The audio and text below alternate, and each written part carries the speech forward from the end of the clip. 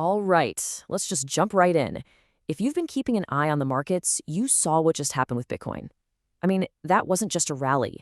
It was a wild $5,000 surge in a single day that left so many people just scratching their heads. The whole story in the news was all about fear, all negativity, and yet the price just exploded. So what was really going on? Well, to figure that out, we need to listen really closely to the market's beat. Hear that? Chuzma, chuzma. It's the sound of a drum. It's a rhythm, a cadence. Now, this specific sound comes from a super famous scene in the classic movie Ben-Hur. And you know what? It is the perfect metaphor for understanding the powerful and often hidden forces that are driving the financial markets. So in the movie, there's this Roman officer. He's called the comitre, and he's beating a drum to set the pace for all the galley slaves, the galiotes. The sound he makes, chusma, actually gave rise to the Spanish word chusma, which means the mob or the herd. This sets up a perfect analogy for what happens in the market. You see, there are those who beat the drum, the ones creating the story, and then there are those who just blindly row to that rhythm. The big question is, which one are you? Now, this whole Ben-Hur metaphor isn't just a cool story. It's actually a really powerful way to visualize a formal investment strategy. It's called the Contrarian opinion theory, and it's all about learning to listen for that drumbeat, to hear what the herd is doing, and then, considering if it's maybe time to row in the exact opposite direction. But, and this is a really important point, being a contrarian isn't just about automatically doing the opposite of what everyone else is doing. That's not smart. That's just being stubborn, right? Real contrarian thinking is all about applying the theory inside a specific context. It's about strategic opposition, not just blind rebellion. So how do you actually do it? Well, it kind of breaks down into 3 simple steps. First, you've got to figure out what the consensus is. What's the chuzma, the herd, thinking right now?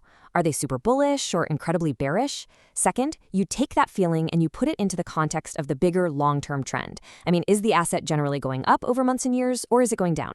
And then third, and this is the absolute key, the golden opportunities, they pop up when the short-term feeling is super bearish, but that long-term trend is still bullish. That disconnect right there, that's the contrarian signal. Okay, so let's take all this theory and apply it directly to what we just saw with Bitcoin. I mean, we can map this entire idea onto the recent market action, and it fits perfectly. We have our drummers, the comitres, and we have our rowers, the galiotes. So let's ask the million-dollar question. Who were the comitres? Who was out there creating that powerful story of fear and panic that was all over the headlines right before the price shot up? The answer? Well, it might just surprise you. The drumbeat was coming from the very, very top. Get this, we had JP Morgan publicly slamming companies for holding Bitcoin on their balance sheets, while at the same time quietly launching their own Bitcoin-linked products. You had Goldman Sachs buying up crypto ETF experts, Bank of America suddenly starts telling its clients to put up to 4% into crypto, and Vanguard. Vanguard, after famously blocking access, is now offering crypto ETFs to its 50 million customers. They were all publicly beating the drum of fear while privately getting ready to cash in. So, if those guys were the drummers, who were the rowers? Who were the galiotes? Well, they were the retail investors, what we call the weak hands. They heard that chusma drumbeat of fear. They saw the price start to dip, and they did exactly what they were told to do. They started rowing. They sold their positions right into the heart of the panic. But here's the thing. While all the rowers were panicking, the people who were ignoring that drumbeat, they were looking at the data. And the data, man, it was telling a completely different story. It was pointing to the very real possibility that Bitcoin was about to hit a major, major floor. And for a lot of people, this one trend line was the only signal that mattered. See, if you connect the major cycle high from 2021 with the market low in 2023, you can draw this line that basically defined the primary long-term bullish support for Bitcoin. And just as all that panic was peaking, what did the price do? It came right down, it kissed that exact line almost perfectly, and held it like a rock-solid floor before just launching upwards. So what this created was this massive split in the market, a huge divergence. On one side, you had all the sentiment indicators just flashing extreme fear. We're talking levels we haven't seen since major market crashes. But on the other side, the so-called strong hands, the whales, these are the big long-term holders, they were doing the exact opposite. They were accumulating. They were buying up everything that the fearful rowers were selling off. And we can get even more specific. On-chain data showed us that wallets holding between $100,000 and $1 million worth of Bitcoin, Those were the most aggressive buyers during this whole period.